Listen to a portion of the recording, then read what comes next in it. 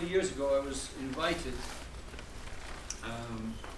by the Royal Air Force to give a presentation at Shawbury. If you don't know the ins and outs of things, Shawbury is where Prince William and Prince Harry went to learn how to fly helicopters for the military. And it's a fantastic place. And I was so excited about that because they were going to take me up in a helicopter, and I went up in a helicopter and arrived at this place. And I stood up in front of this audience, and it was halfway through my presentation. And those of you know the kind of presentations I do, there was pumping away all the motivational stuff. And it suddenly a light went on in my head. I was looking into the faces of young people, bright-eyed young people, who were willing to do something that none of us would be willing to do. To go and face an enemy and put your life on the line every second of the day.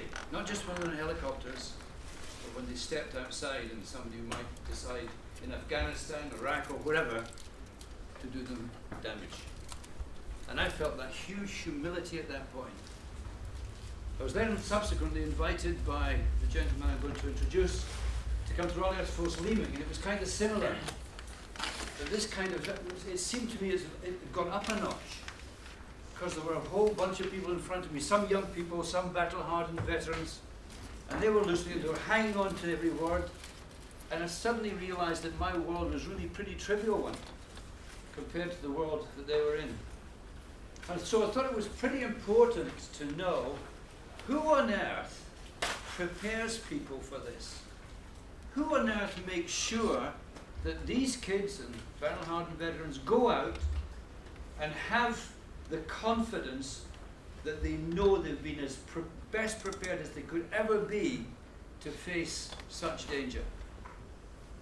And then I listened to this young man in the bar, and I figured, we have to know a little bit more about this world. How you debrief people, how you learn faster than the enemy, so that we, as George Patton famously said, it's not your job to die for your country, it's your job to live for your country. And this is the man that makes that possible. Chris Moore.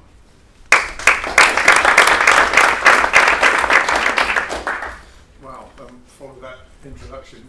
Luckily I've got good people that work for me that they do all that, and I just sit back and take the plaudits. But no, thank you very much for that, Frank, and thank you very much for the invitation for this event, which is a huge honour for me to come up here. Who am I? You've probably read the bios. I'm a group captain, which is a senior officer that's in charge of about 900 people, as Frank said. That about half of my units are constantly on operations around the world at any one time, 365. We are the longest serving, continuous serving unit in Afghanistan. We've had a continuous presence of boots on the ground since the conflict began. So there's a huge amount of experience on my unit supporting operations and doing our bit out there. And as you say, some of the guys are hugely experienced, seen it all, done it before.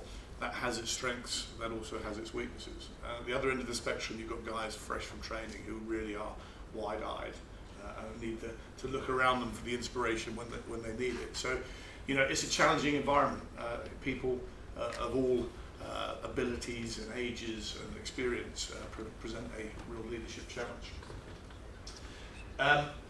Again, what qualifies me to speak today? Well, aside from the military side, which I've 25 years of experience doing a wide range of tasks. I've been fortunate to work not just for the Air Force, the Army, but also the Special Forces environment, where if you ever want to see learning done at speed, you go into environments like that, which is breathtaking.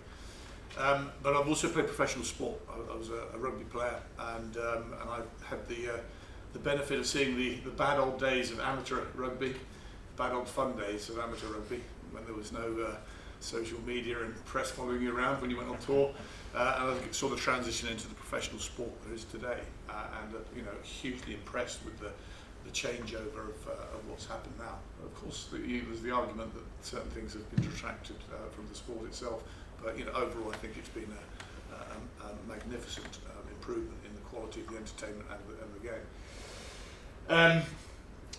And indeed, you know, for years the military, I think, have been held up there in high esteem in terms of the way we do debriefing and the way we learn, and the British military especially, because, you know, we have a reputation of punching above our weight and being pound for pound one of the best fighting forces out there. But it's interesting also, you know, with my other foot in the sporting camp, seeing how sport is coming on and the level of professionalism that goes into this now, in many respects, is overtaking what some militaries can do.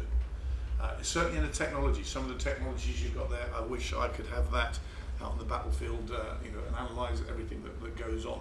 But it's simply not available. But interestingly, some of these techniques are becoming available. They're certainly available if you're flying an aircraft. Every movement you make is analysed to death and reviewed very cleverly. A lot of the, shall we say, more elite elements now are having cameras strapped to them when they do jobs, and there is debriefing that happens. So some of the wonderful technology we've seen today is actually, we're catching up with that. But I think where we are pretty good is in the cognitive development, you know, is making that learn, and how we do it, and hopefully we can bring a bit out of that today.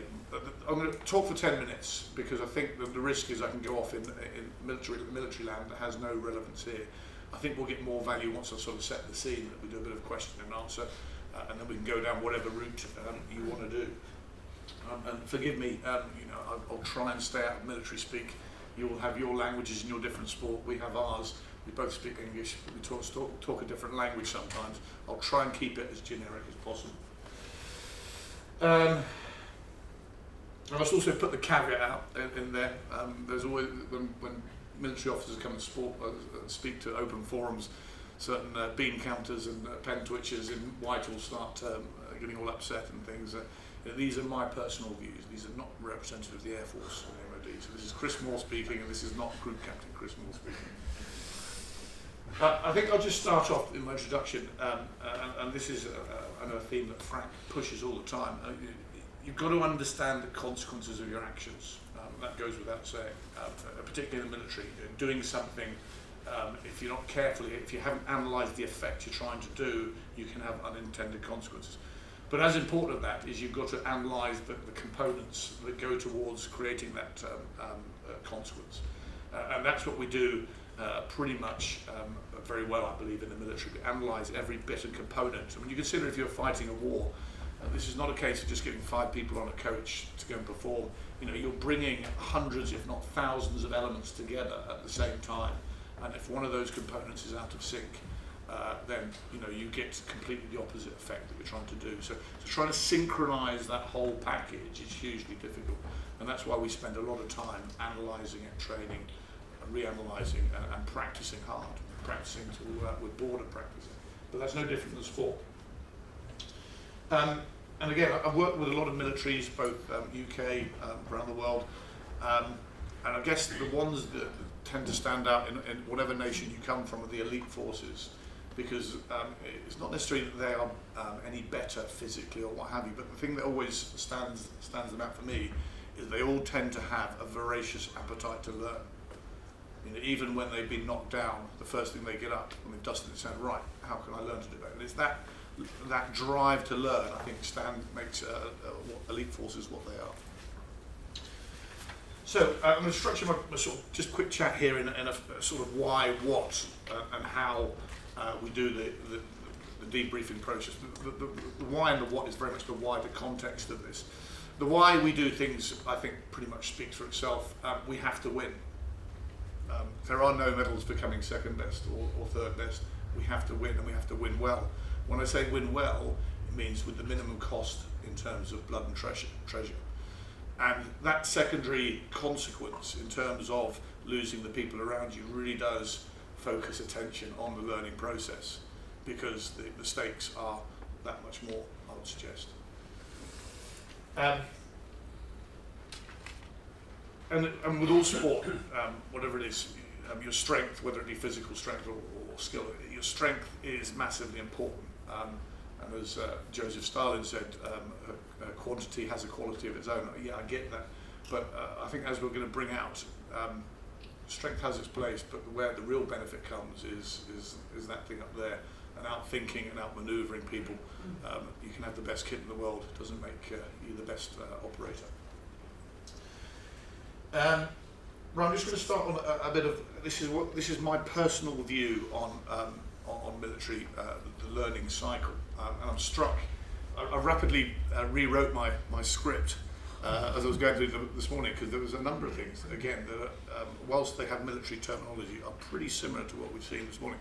I thought I'd just re-emphasise those points, just to bring out that, you know, this is what the military does, and this is not what the military does well. So I think, you know, bring out that there are learning opportunities both ways here. One of my sort of heroes is a guy called Colonel John Boyd, who's a US Air Force fighter pilot in the 70s. He was a maverick. He wasn't a very nice man. He was very unpopular with his peers. But he was an outstanding military theorist. And what he did is he analysed every single war that had happened for 200 to 300 years previously, every single war, and he analysed the detail of why one side won and the other lost. And one of the startling facts he came up with is that in all conflicts, 30% of the time, the smaller side won, which he thought, well, that's a bit strange, because you'd normally expect, you know, probably 10% or even less, the smallest. So then he got into, so why did the smaller side win? And the obvious answer is leadership. Then he analysed why those particular leaders were so good at doing this, and it came down to, you know, that ability to react and learn from the situation. And what Boyd developed is his concept of the OODA loop, which has a striking synergy from what we saw this morning. I hope you can see this. I just scribbled it. My slides aren't as professional as we've seen before. But very much Boyd looked at the strategic level that generals observed situations, they oriented themselves to what they needed to do, made a decision, and then they acted upon it. So that's called the OODA loop. It's pretty common parlance now, because I know business has latched onto this, and there's a lot of detail that goes with it, but in simple parlance, and it's very similar to what you're doing there. That's what Boyd put in place, his OODA loop.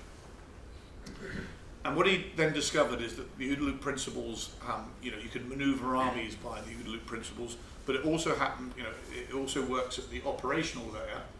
When I say the operational layer, if you like, the business layer, but also at the tactical layer. So when you're actually on the pitch or wherever doing your business, your ability to do that quicker than your opponent will gain you results.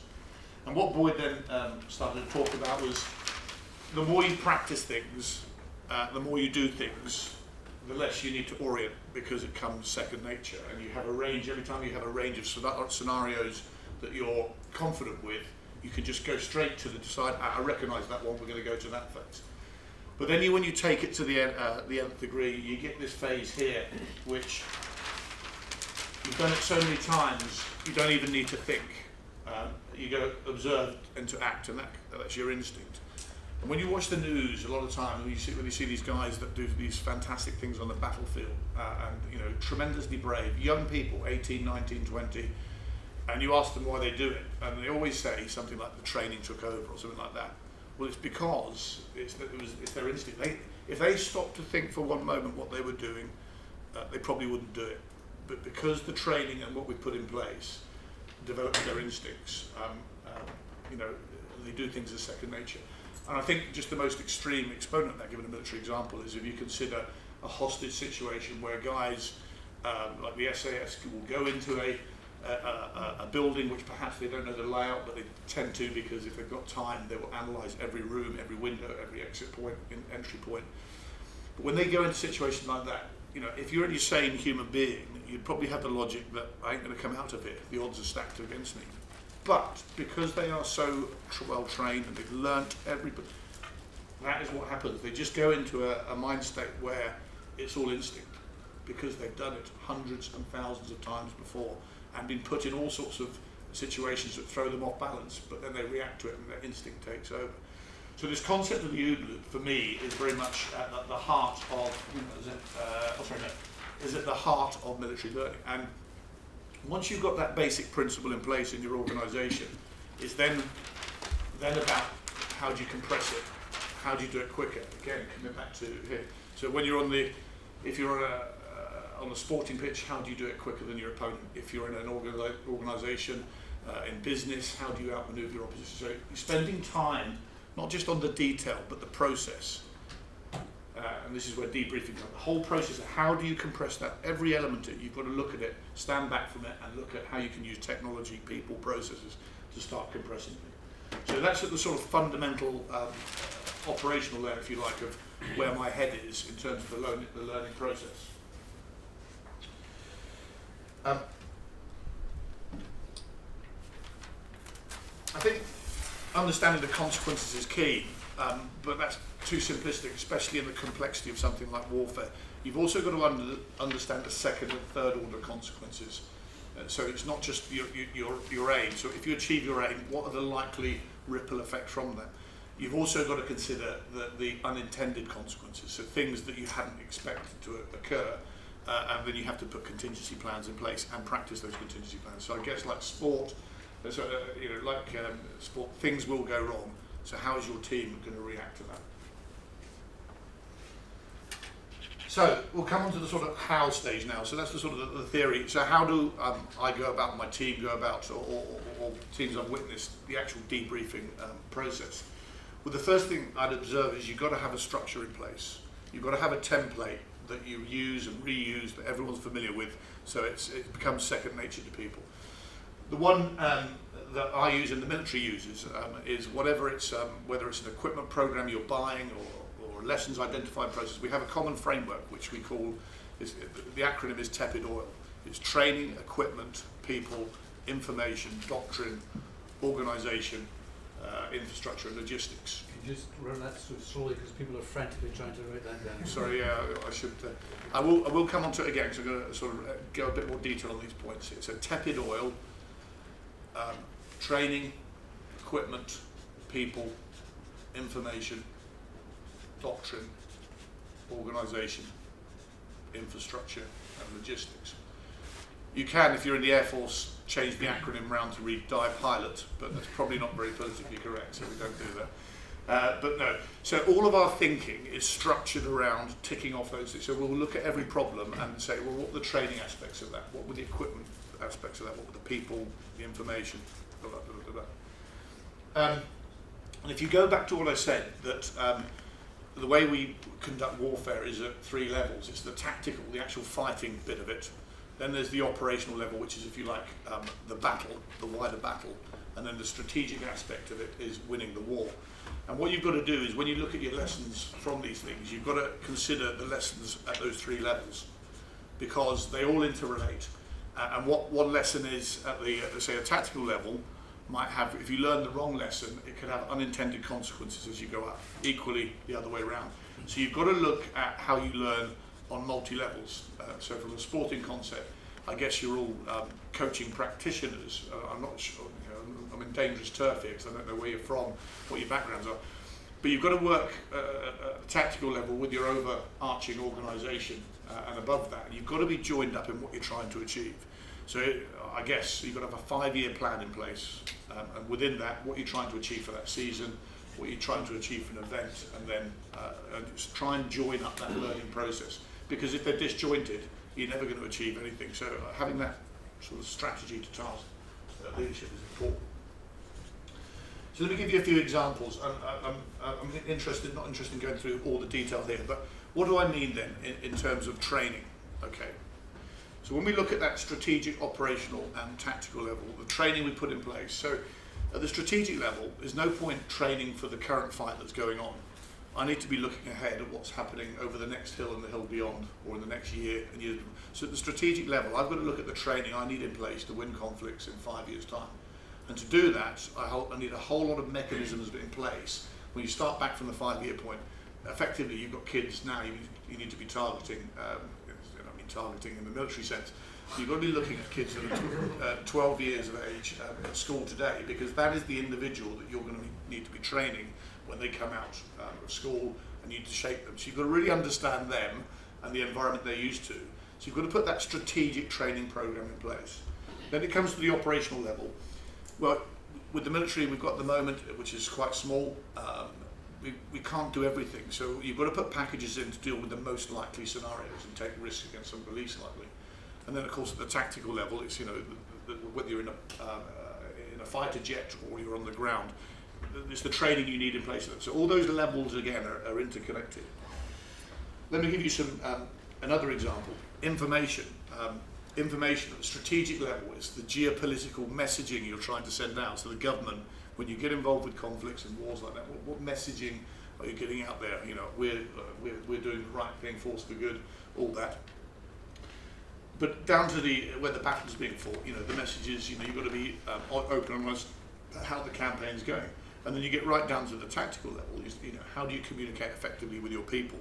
So when I'm a 45-year-old commander and I'm communicating with my 20-year-old airman, again, comes with the language barrier that comes with age and the technology we saw before, does what I'm saying to him, which I'm a product of my own experiences, actually have resonance with him and communicate? And then there's the sort of social media angle, which we touched upon last night. Well, tell them that story. Yeah, I mean, well, social media is a fantastic advantage you can have in the ways of communicating with youngsters, but from a military perspective, it's an absolute nightmare. It's a nightmare because ill-informed and ill-educated youngsters who think they're putting innocent stuff on social media can have catastrophic effects. There's a classic case which is in open source, which two US Marines a few years ago took selfies of themselves on a pan at an air base in Afghanistan with two very expensive shiny new helicopters behind them.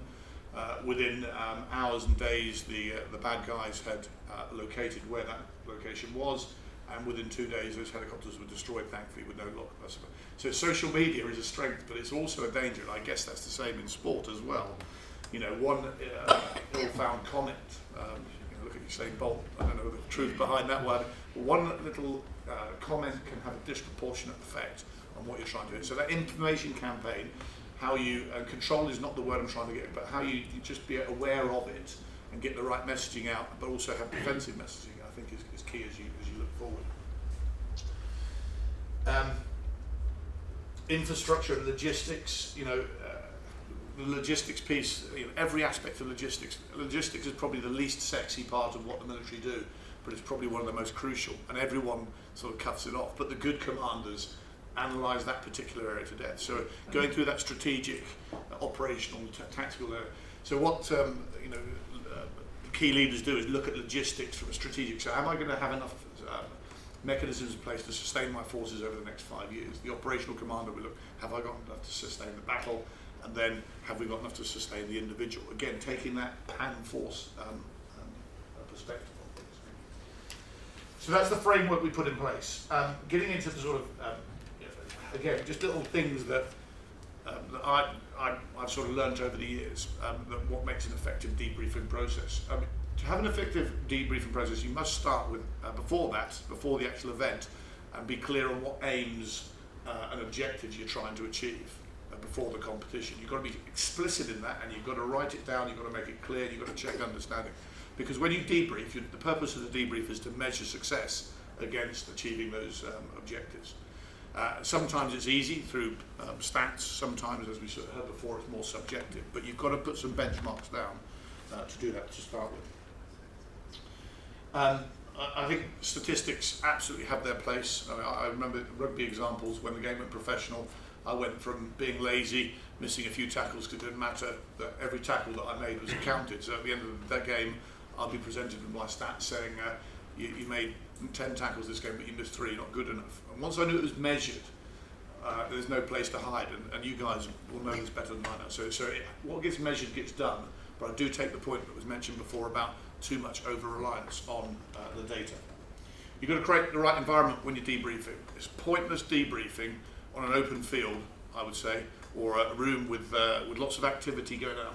A lot of our debriefing rooms in the military are windowless, blank places, because you just want total focus on what we're talking about. So creating the right environment to debrief, I think, is important. Timing, the question before, when's a good time to debrief? absolutely, you need to get, right after the event, you need a hot debrief. When emotions are running high, you need to capture that.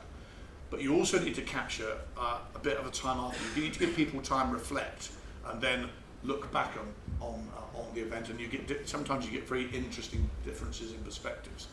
You also get, and we were talking about this last night as well, you can have the same event happen, but you get different views of what actually happened. So capturing that diversity of views of what happened is really important as well.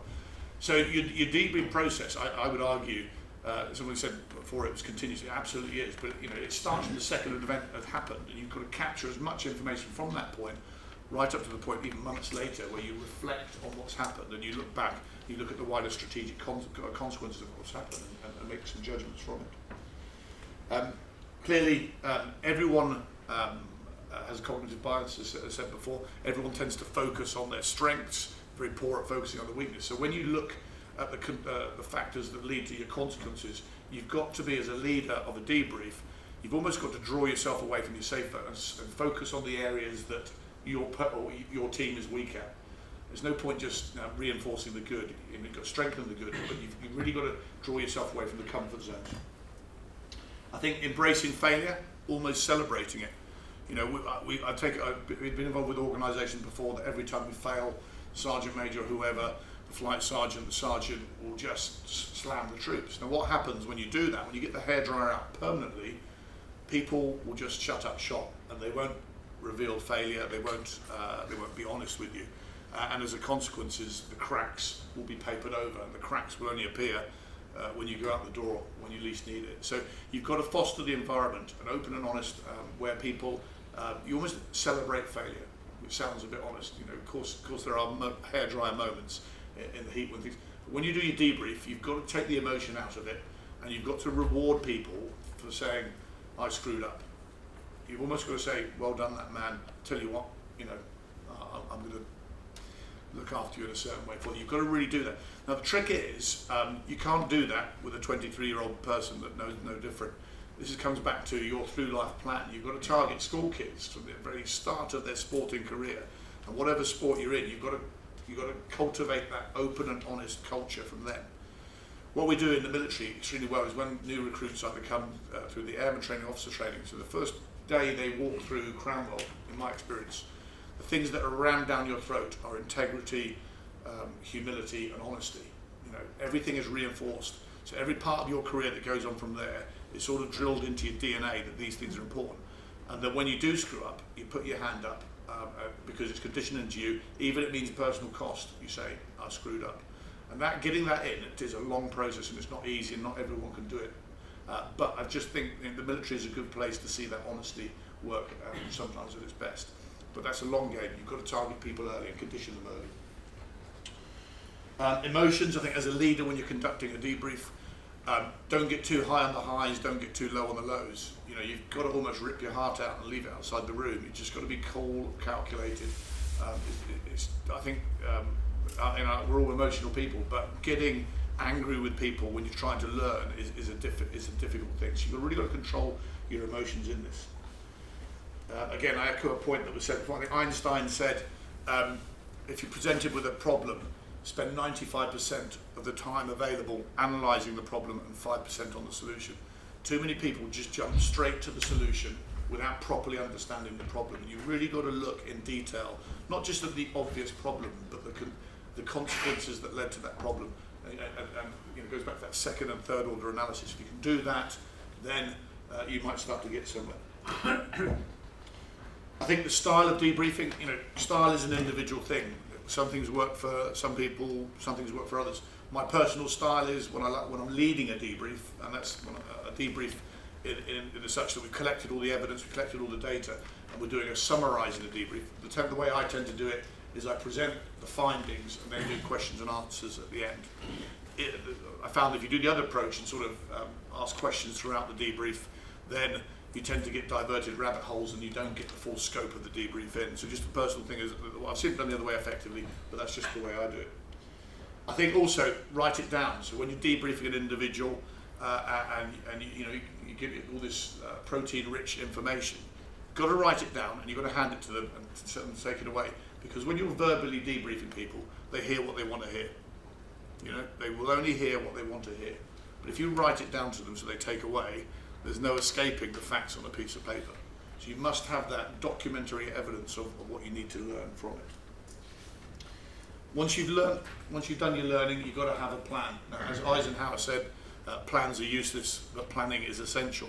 But going through that rigor of how you do the plan, put it together, is absolutely, because the plan, as soon as you hit contact with the enemy or contact with what sport you're playing, will just go to pieces because the enemy always has a vote.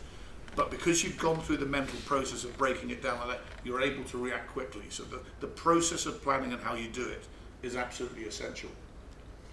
And when you have your plan, okay, you've got to schedule your priorities within that plan. What things do we need to fix up first, up front, and which things can we take risk on? Sounds obvious, doesn't it? But how many of us in our days prioritise our schedules, but we don't schedule our priorities?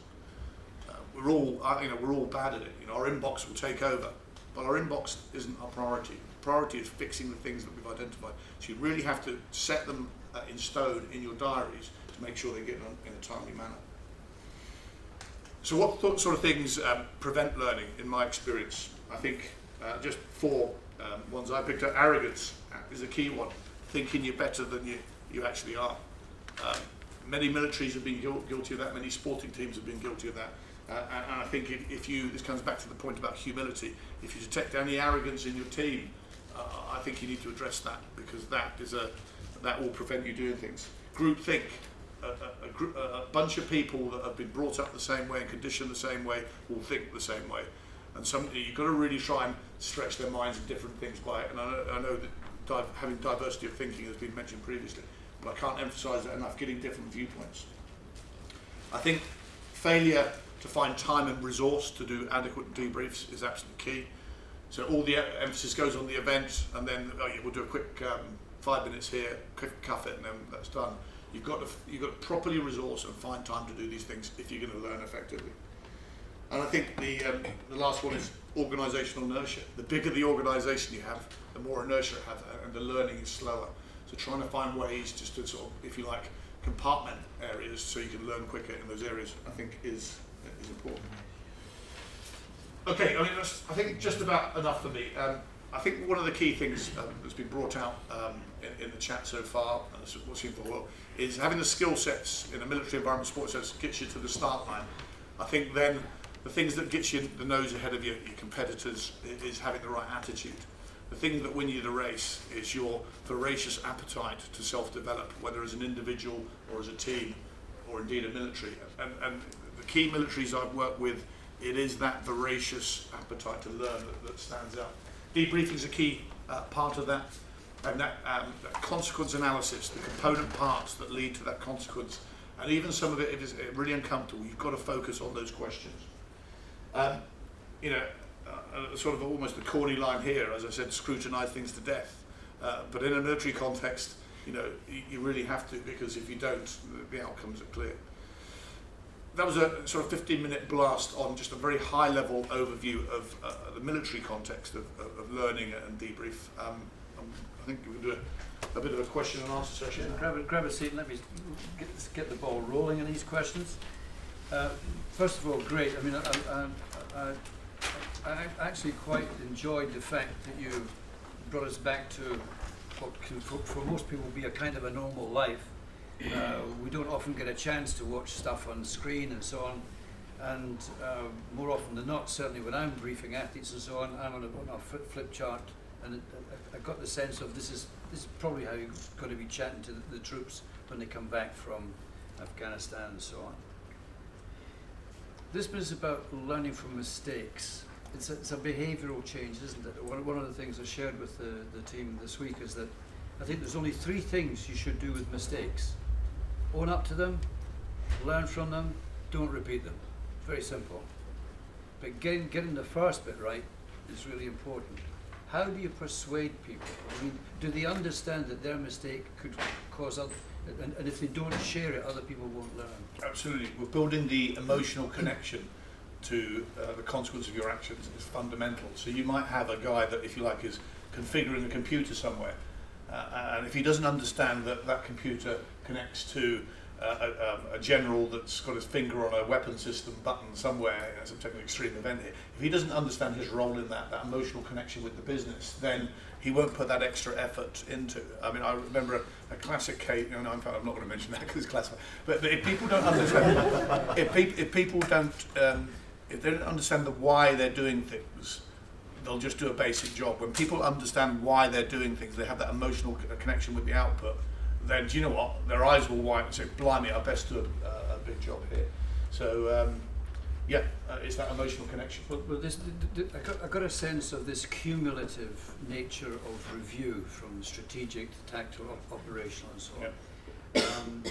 How do you gather the stuff all the way through? For example, something happens out there in the battlefield, they come in, there's a debrief. To what extent does that debrief there add to the debriefs of something across here? Yeah, it's very difficult, and this comes back to large organisations. The military, if you consider all three services, are extremely large, and getting those lessons across the organisation together it is a real challenge. You know, everyone has their different way of doing things. I think what focuses minds, though, is when you have a challenge, when you have, whether it be a conflict or something. People work best under pressure, so you've got to create the pressure situations that draw people together, and they quickly bring together the available information and adapt it. But you know, I'm going to sit here and I'll be open and honest. You know, I'm not saying that military organisations are the best at this. The theory is one thing, but large organisations with hundreds and thousands of people, trying to get them all to glue into it is very difficult. But it takes leadership. It takes leadership from the top. Well, like Graham, at one point I was quite involved with Formula One with Ferrari, and when I got in there the first time, I learned that there was a particular part of Maranello where they were working on an engine in rehearsal for something that's going to happen 2 years later. This is an engine for 2 years hence, and what the team were doing was working out where the problems were, when they were having to repair this engine at pressure, in the pits, whatever. And if somebody got a problem, they would spot the problem, they'd put it on a flip chart, just like this, and say, you can't get a size 5 spanner into, in Italian this would be, in a size 5 spanner into that particular area here, signed Simon Timpson.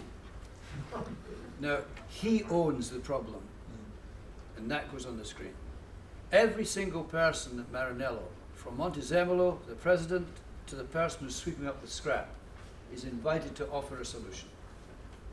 The solutions go up there, but because it's Simon's problem, he's the guy that signs it off. He's the one that accepts what he considers to be the best solution. And originally, what they did was say, grab the solution, fantastic, we'll sort it out that way. They rolled all the other solutions up in a ball and stuck them in the bin. And I said to Jean Todt, you know, I think you might be missing a trick here, because some of these solutions are waiting for a problem. Why don't you collect them all and categorize them the way you would categorize them, and the next time you have a problem, not only to have the solutions that people are trying to put into that one, you can actually pull from elsewhere. What's the point of me mentioning this anecdote? And it comes back to my original question, how do we gather? I mean, I can imagine when they all come back from a 6-week tour, 6 month? 6 months usually. 6 month tour of duty, they come back home, you're debriefing and so on. To what extent is this a bigger gather than they would have gathered down there, so that you have that information for future generations? The tactical bit is that you capture the lessons as you go along. So you don't wait to the 6 month point, you feed it, but you do have it comes back to the culture of the organisation. Now, generating cultural change in any organisation is probably one of the most difficult things to do.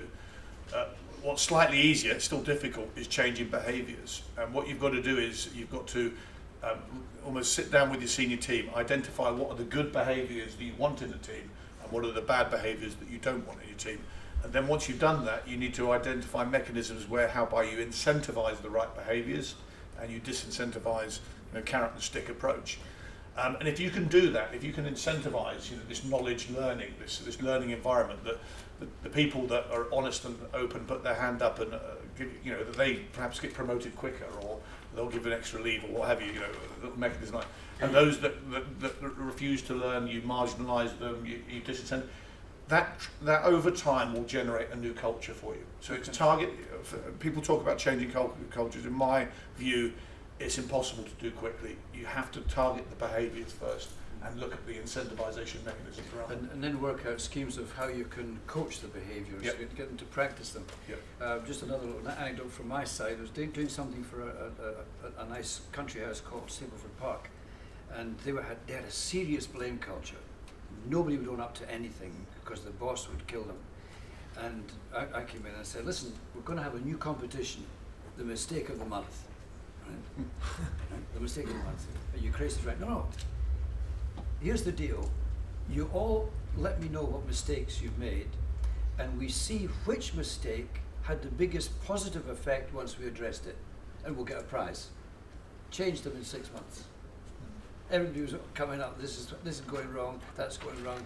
I'm not saying they were trying to make mistakes by that point, but we were actually learning so much faster, and they got into the game. They were actually into the game of learning straight away. Well, it's very interesting. You look at the aircraft aviation world. You know, if an engineer leaves a spanner in the aircraft and something happens, people die. So the aircraft engineering place, I guess it's like Formula One as well. It's just a fascinating culture they have in terms of mistakes, that it is completely open and honest. And if people feel aggrieved to put in their hand up, there are lots of anonymous boxes you put in, and you put in the observation without your name on it, and that's emptied every day. And right, okay, so there are ways of doing it discreetly that allow people to express their views but don't feel uncomfortable about naming themselves. So that whole culture around honesty and mistakes. The aircraft engineering world is a fantastic place to look for that. Okay, well, let me put a little challenge out to all of you then. Reflect on the worlds that you come from, your own squads and so on. How do you think you could create a culture of constructive candour? Because that's what this is, saying it the way it is, so that you can learn. Just have a think about that when you go back home, because that's come up all through this morning, and it's been reinforced here. But let's come again to your world. These people have come back from Afghanistan or whatever. They're kind of battle weary at this point. You've got to debrief them very thoroughly. You've then got to regenerate them, presumably, before you start to rebrief and move back out again. Yep. To what extent in your debriefing are you looking at the physical and emotional consequence to them from what's been happening out there, so that you can get them properly regenerated and moved on? Absolutely. I go back to that framework that we have, the tepid oil, people in there. We have the buzzword that people are our finest asset in the military, all three variations on it for the service, but they absolutely are. So looking at psychological effects of what's going on. If you think back to the First World War, there was no such analysis. People were coming back, and there was people didn't care in terms of what happened to them. Today, the game is very different. There's a lot of analysis from training people around you, so that your teammates are trained in looking for the symptoms in members of the team. We have medical people on to pick up these signs, and we're very much looking at, if you like, the tactical or the instant signs of that, but also the longer term effect, the cumulative effect of these things. So some things might affect someone first time round, or they might have done 4 or 5 tours, and it's the cumulative effect of that. So we very much have a wrapper that I think it's not as good as it needs to be, but it's pretty good, and it's getting better the whole time. That we're constantly looking for the signs of degradation in performance. So give us an example of, provided it's not classified, give us an example of how you approach that side of things. I'll give you a very, very easy example. Is when we bring people back from Afghanistan, we do not bring them straight back from theatre. We stage them to a location, which I won't divulge, but somewhere else, where they come back. We call it decompression. So they're amongst their own. They're allowed a couple of beers each, because obviously when you go to war, there's no drink at all. It's there are a couple of each. They'll sit on a beach somewhere, sports activity, and there's a lot of effort just to decompress them from the event, and then they'll go home. The reason we put that in place is because this was literally happening. You'll have people fighting the Taliban on the Friday, and they'll be having Sunday lunch with their family on the Sunday. and then instances of things like domestic violence and punch-ups down the pub and all that sort of thing. So what we put in place was that period of decompression where you bring yourself down, where you're 24 hours a day, you're on edge, decompress, take the sting out of it, often maybe a few more days back in barracks to get the kit sorted, and then release them gradually to their families. That's one tactical example of how we manage the pressure. Maybe somebody should have decompressed that Australian wrestler when he met the Welsh guy in the queue. But let's come to a serious part of that, because there are quite a few colleagues in the room who are working at this very high level. Is that worth a reflection ourselves on decompressing after the top end of pressure out there? I mean, how would we do that? I mean, it's not this. Okay, it's not these guys have been life and death stuff. But what about the high that all of these kids are on now? They've been here, highest point in their life. Their emotional discharge over these last few weeks through the competition, the physical, the intellectual. My goodness, they're going to be exhausted and in a particular level of stress at this point. I wonder how we could decompress. Just add on that and decompress those that have succeeded and gained achievements, but also those that have failed. How do you decompress them? Okay, well, whilst we're reflecting on that, let me come back to the notion of consequence. They go out there, an Olympic thing. We've got colleagues in this room whose every moment of their life is focused on somewhere, a day in Rio at the moment. They're going all the way down to that. You go out there, there's a performance, there's a result, there's a consequence. How deep is your debrief going right back through the system? Not just the soldiers, the people who are out in the arena there, but the people who prepared them. The people who prepared the people who prepared them. The sports scientists and performance and technology people behind that. The people who were making management and administrative decisions behind that. All the way up to the person who decides this is worthwhile spending money on and not. How deep do we go in that process? Without going into too much detail, because you'll understand the sensitivities, but I'd say the elite forces, the guys that go and do some really punchy stuff, will look at every aspect of that chain to see how they can do things better. It comes back to that voracious learning. The fact is, if you like, the regular forces that sit underneath them, it comes back to time and resource, and they will not have the time and resource to do that level of analysis. They'll look at perhaps the first order stuff around it and stop there. The level that you're intimating then, I would say that most militaries around the world do not have the time and resource to do it, because things change, and just when you think you've got a target in Rio in 5 years' time, you're going somewhere else in a year. So in many respects, for the regular elements, you can't afford to spend too much time and look at things in too much detail, because the world changes. There's a thing, one of the great phrases that we use is, you train for certainty, but you educate for uncertainty.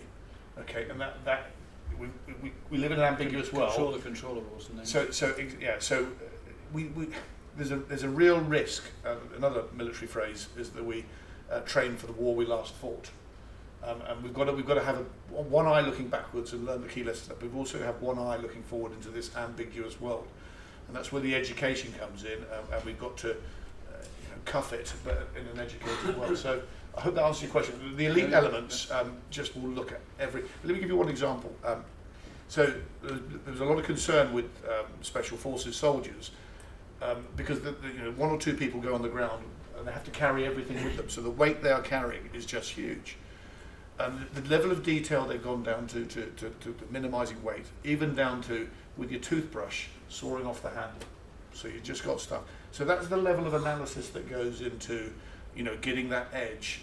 Little things when they all add up make a difference, marginal gains, etc. But regular forces, I don't think they have the luxury of what you would. The bit is that in sport, I think it's really far too convenient to see a consequence out there and to kind of focus on the athletes and the immediate system, and then say it's their fault, as it were. That's out there. I just think if we don't dig deeper in sport, we can have the decision makers making the same kind of decisions and thinking that that's got no bearing on what's happening out there in the arena. That's all. That's really what I was asking the point. Technology changes very rapidly in our world, but I guess even more in your world. Now, we're not talking about some of the things that you'd like to use, but what about the stuff that is changing very fast? Obviously not classified stuff. How, presumably people who've been out there using a particular kind of technology or sophistication level for 6 months, that's pretty well embedded. But in 6 months' time, presumably they're going to go back out again. Yeah, I mean, it's a real challenge because let's take the current example of Afghanistan. To the ill-informed, the people we're up against, you'd say, they're almost, how come we're struggling against these guys with just Kalashnikovs? These guys are fantastic learners, and they have a level of technology available to them that's pretty much similar to us. They've got iPads. In terms of the technology available to the military, it's available to the bad guys today as well. So there's pretty much a level playing field out there. So what used to be a technological edge in the military is pretty much available to everyone now. So the emphasis that we have is, of course, you've got to get the best technology available. Where we see our edge is coming back to that. And we're guilty perhaps of putting in the past too much emphasis on technology. Now we've realised that, and we've seen how in many cases we've been outmanoeuvred on occasion by, through our arrogance, we've not perhaps rated these people. We've learned the hard way, and these guys will learn very quickly. So we've learned ourselves that we've got to take some of those principles back again. So technology has its place, but... Well, it's pretty reassuring listening to you, the American pilot that you spoke about earlier. It's pretty reassuring that we can still learn lessons a little bit from history. Yeah. How far back do you go? Guys like Clausewitz? Yeah, absolutely. Theory, absolutely. The principles of leadership, go back as far as their writing. That book, Sun Tzu. Sun Tzu. You probably come across a lot of business people read Sun Tzu, and the principles in there ring true today. The character, I think, the nature of leadership is pretty much the same. It evolves over time because the people you're leading are different. So you've got to adapt your style to that. But the fundamental principles, I think, are pretty much enduring. Okay, well, I've been pretty selfish here asking all my questions. Are there any more questions? Got another 10 minutes or so here. Yeah, I've got thousands, but if you don't mind me asking two, that'd be great.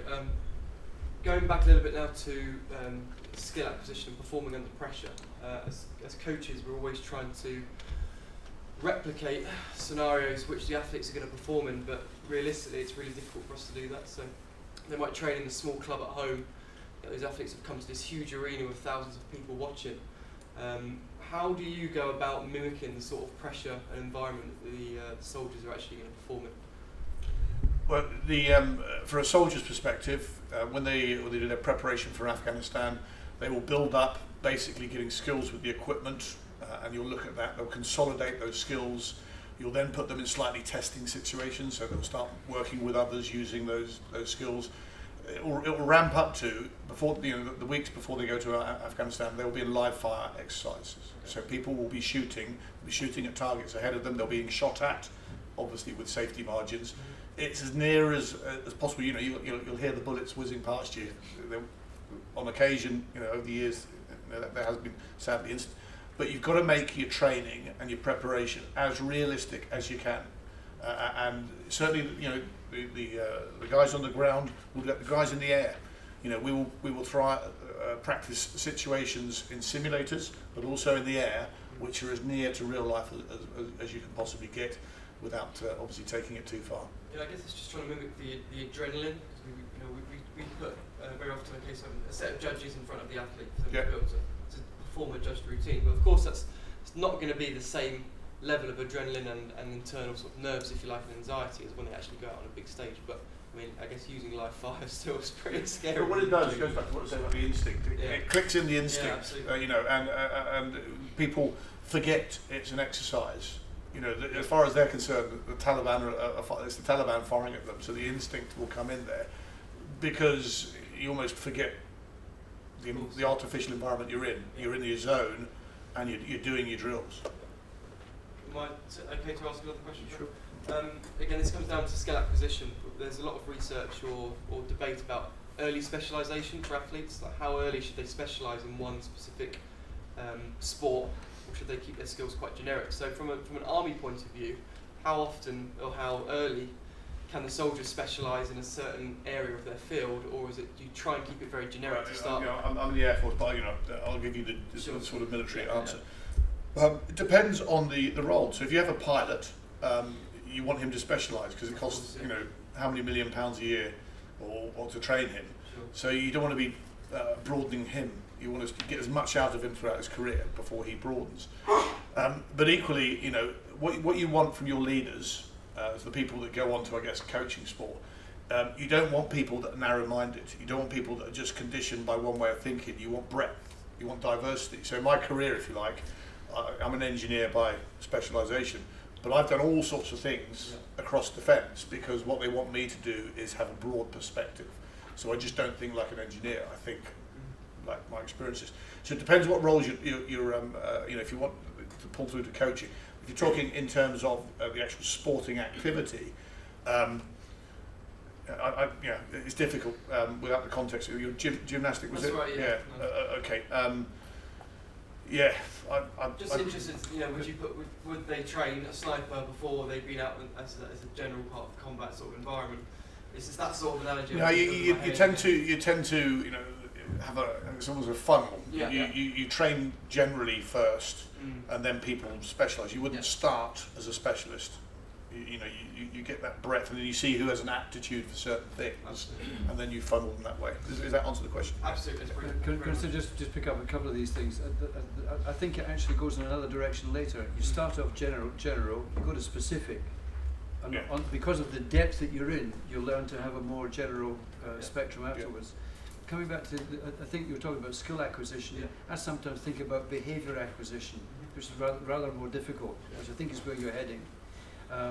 How can we create the level of pressure that's out there to encourage people to make the right decisions? Because ultimately, it doesn't matter what you know in life, what your education's been, what skills you have, can you make the right decisions under pressure? And you're absolutely right. The awful truth in that is it comes back to the issue about experience. There are things you can be taught, the rules, things you can learn, the art, how you put it into practice. And that will only come by giving people experience. But the problem with it is this, the Vernon quote, experience is the toughest of all teachers because she gives you the test before she gives you the lesson. What we've got to be clever in is that we're going to give people the pressure experience. Do we have the wisdom in mentorship and coaching at their level to make sure that the lesson's gained? So it's two things that say, give them the experience, but make sure you're in a position to give them the lesson, and don't interfere. It's very tempting when somebody's out there having the experience under pressure to go in and help them out. But the fact is that's the very moment you must leave them alone, or they'll never learn. They'll never actually do the learning. You've taken over from them. I think just to build on that as well, and this transcends my military and my rugby experience, is that you learn so much from your coaches. I learned more actually from those to my left and right, your peer group leadership, and your composition of your teams you put in place to get that peer group leadership, that right mix of people, I think is key ground, because they're more likely to ask those on the left and right sensitive or embarrassing questions than they are to those above. So getting that composite team together, a mix of experience, and I think is key. Thanks, Okay. guys. Hi Chris. Last question. What portion of your time in your debrief or in your compression area do you spend on positive reinforcement of what's gone well in the mission and realising the mistakes and putting their hands up to the mistakes are okay and working on the solutions to them? Yeah, you've got to be. I mean, one of my favourite expressions, it was Colin Powell, the US General, is perpetual optimism is a force multiplier. You've got to be optimistic about things, and you've got to reinforce what's good, or else, in the business of what I'm in and what high professional sport, very easy to start slitting your wrist. You've got to reinforce, get the right balance of optimism, even when things have gone badly. Pick out a few things that went well, and just G them up to do so. You cannot, debriefing is not just about, well, it was all crap, wasn't it? It didn't really work well, and you've got to get that balance right. There is no hard and fast formula, whether it's 50% or what. You've got to use your judgment on that. But as a leader, pessimists to me do not make good leaders. You've got to have leaders around you that are optimists, that will see the sunny side of even the most dire situations, because then that gives people beneath you hope that there's a way out. Okay, thanks very much indeed. Listen, I think it's been a fantastic opening of my mind, and also of yours. And it wasn't really desperately military, was it? Nice analogies, nice metaphors, but it's the world that we're in. Before you leave, at extreme expense, we had to. Thank you very much. Ladies and gentlemen.